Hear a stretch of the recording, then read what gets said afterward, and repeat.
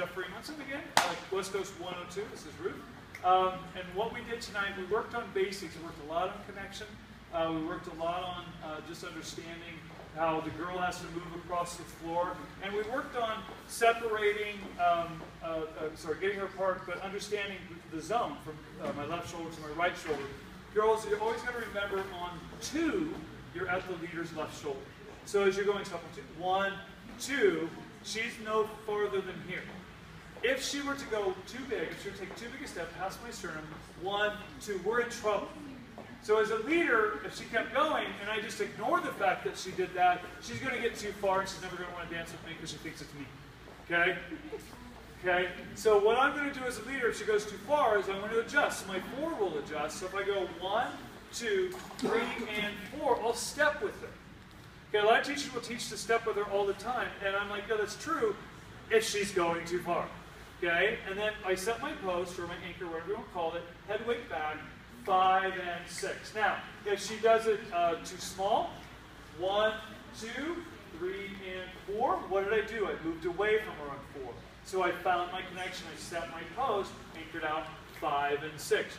Please, followers, never come back on us. Your job in West Coast Swing is to get away from each other, not to come at each other. So be away from us no matter what. Now, in my more advanced classes, we talk about driving the rib cage from back here across the floor. Ruth will do that for us one time. Stop on 4. We go 1, 2, 3, and 4. Now that rib cage is pushing through, so I feel a really good connection. You can see her arm is right underneath her chest line.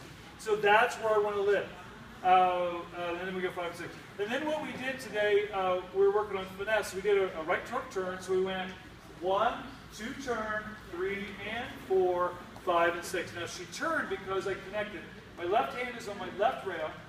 I torque or rotate my chest and turn my head, and that gets her to turn. 1, 2, connect. On the and beat, that rotation got her to turn. My hand stayed straight. I didn't fold it across. A lot of leaders will make that mistake and they'll fold their arm across. Keep it in line with the track, and we're going 1, 2, and 3, and 4. Look, my hand as it's on the other rail. If I know where my rails are, I can always lead my partner. So if I do it again, I'm going to pick her up this time. 1, 2, 3, and 4. If you notice, I step forward with her on 4, but I'm on the rail. 5 and 6. So I'm what we call presenting the anchor on 5 and 6. Because I want to set her weight back. So if I do that one more time, I go 1, 2, 3, and 4. So I finessed it. If I don't finesse that, guys, what happens is she feels like she's going to come forward, which is, if I do that to her, she's coming forward and she's going to think she's doing a whip.